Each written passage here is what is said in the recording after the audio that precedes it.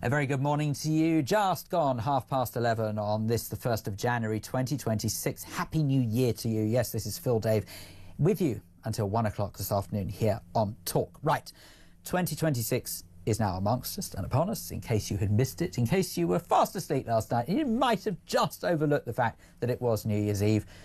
So naturally, all shows at least once have to dip into the future and what that future might look like. And I'm very pleased to say that there is one chap for the job who does sterling work on this front. It's Mal Fletcher, who's a futurologist and social commentator, and he joins us now. Mal, a very good morning to you and a very happy New Year to you. Good morning, Phil, and Happy New Year to you too. Thank you very much indeed. Now, Mal, one thing I am particularly keen to speak to you about, because I am a bit of a geek, I'm afraid, a self-confessed one. I'm also in another life known as the chic geek. And I'm afraid that I am mildly obsessed with the development of AI, artificial intelligence, that seems to, certainly in the last year, rapidly crept into many corners of our lives. And I wondered, from your perspective, what do you think the development of AI will be in 2026? One thing that it will affect, comes off your previous conversation, is its engagement with UK politics. It's going to become much more deeply embedded in our politics, in the running of campaigns, in helping people engage with political processes.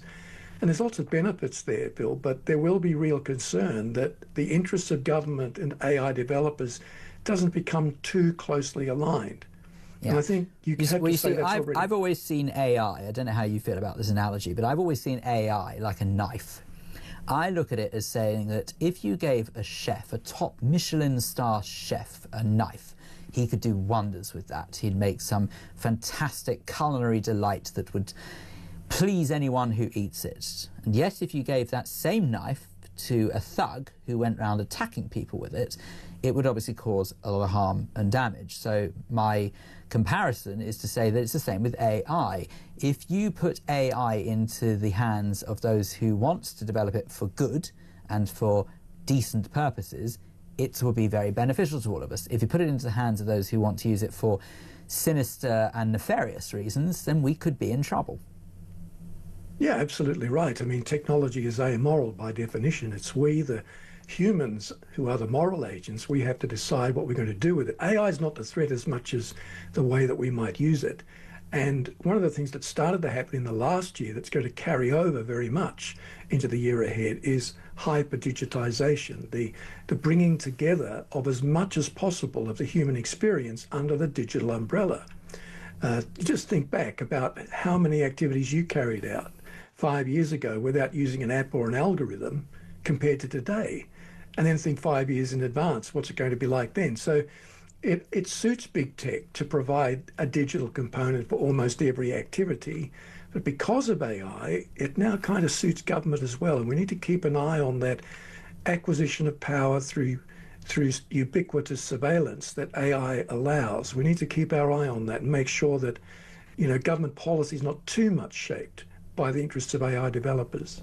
And I also don't really want to see governments themselves accessing or using AI, especially with the development and the rapid creation of these data centers, because as far as I'm concerned, if the government have even more information on us, they will just try and use it to control us further. And as far as I'm concerned, life was so much better when we truly had freedom. You may have heard caller Daniel in Epsom just saying earlier on that one of the fundamental things that he wants to see restored to British people is their freedom. And as far as I'm concerned, we seem to be hurtling in totally the wrong direction.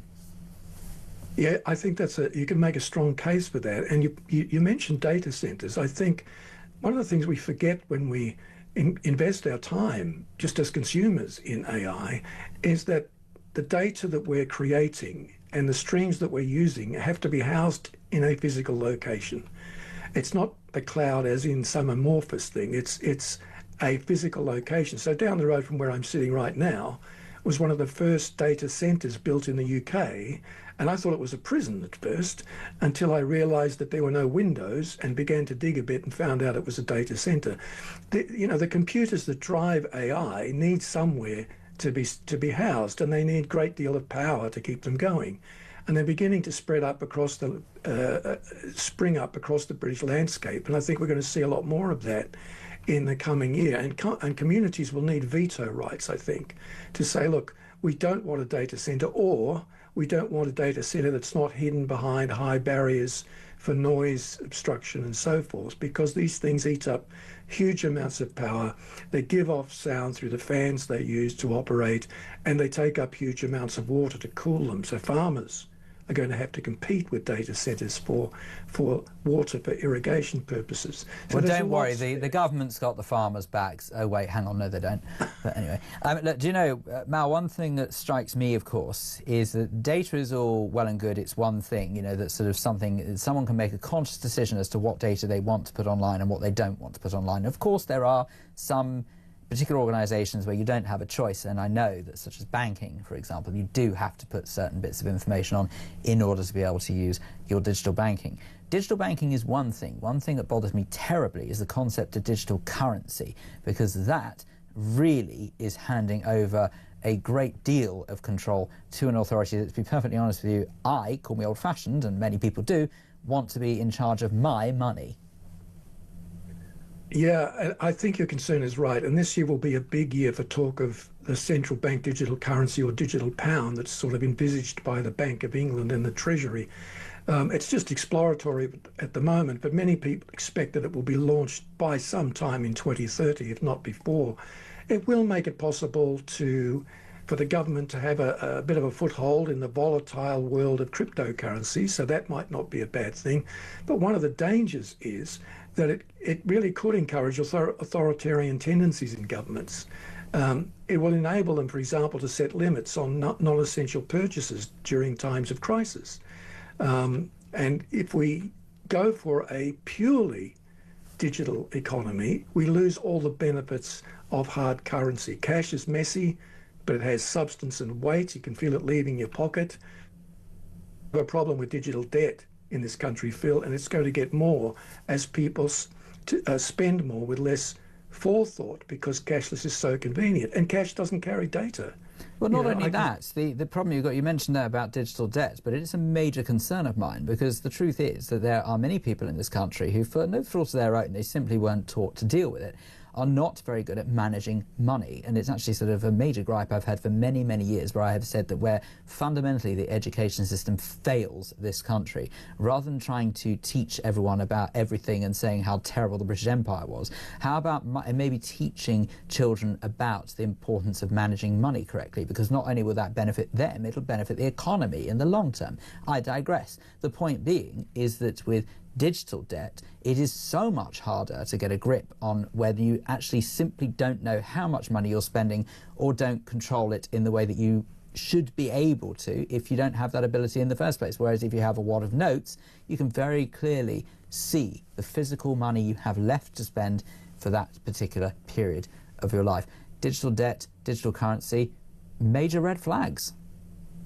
Yeah, and the other thing about hard currency is that it doesn't carry data. And so, as I said, someone could steal my cash today, but they can't use it to steal my identity.